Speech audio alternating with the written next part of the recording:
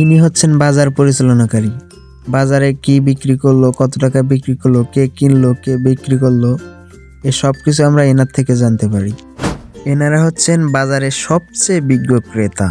সবসময় বাজার আসেন না, তবে যখনই আসেন ভালো জিনিসটাই কিনে নিয়ে যান।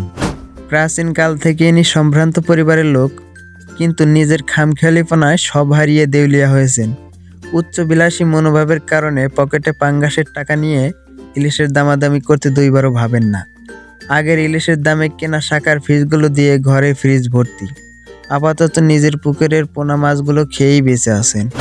ইনি অনেক ভালো ভালো পণ্য তৈরি করেন, কিন্তু লোভ সামলাতে না পেরে পণ্যগুলো চড়া দামে বিক্রি করে দেন। এনারা অনেক বড়লোক মানুষ। আগে অনেক টাকা ফরমালিনযুক্ত মাছের পিছনে ব্যয় করেছেন, এখন দেখে শুনে কেনাকাটা করেন।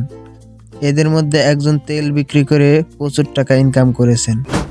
এনার নিজের পুকুর ভর্তি মাছ থাকা সত্ত্বেও বাজারে গেলে ভালো মন্দ দামি কম দামি যাই দেখেন কিনে নিতে দ্বিধাবোধ করেন না। ইনি খুব চালাক মানুষ। পুরো দিন বাজারে আশেপাশে ঘুরঘুর করলেও কিনতে যান একবারে শেষের দিকে। বিক্রেতাদের অবিকৃত মাছগুলো খুব কম দামে চুপচাপ উঠিয়ে নেন। ইনি এলাকার ক্ষুদ্র মাছ চাষি সমাজের জমিদার। চাষিদের মাছ বাজারে যাওয়ার আগে ওনার কাছে যায়। ওনার ওখান থেকে যেটা ভালো লাগে বিনামূল্যে উঠিয়ে নেন। ইনি এককালে অনেক বড় জমিদার ছিল, কিন্তু এখন মাছ বাকি করে বেড়ান, খেয়ে দিয়ে পরে টাকা দেন। ইনি সরকারি চাকরিজীবী বাপের লাগামহীন সন্তান। 10 টাকার মাছকে নিজে থেকে 100 টাকা করে দেন। ইনি মাসিক খরচে বিশ্বাসী। সবসময় বাজারে না গেলেও যখনই যান ব্যাগ ভর্তি মাছ কিনে নিয়ে আসেন। এনারা খুবই বাটপার। চড়া দামে ফরমালিনযুক্ত মাছ বিক্রি করে ক্রেতাদের ঠগায়।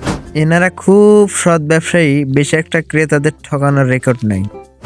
এনারা ক্ষুদ্র ব্যবসায়ী, বাজারের বিক্রেতাদের কাছে নিজের চাষ করা মাছ বিক্রি করেন। অনেক সময় একেবারে খাঁটি মাছ পাওয়ার জন্য ক্রেতাদের সরাসরি ওনাদের কাছ থেকেই কিনে নেন।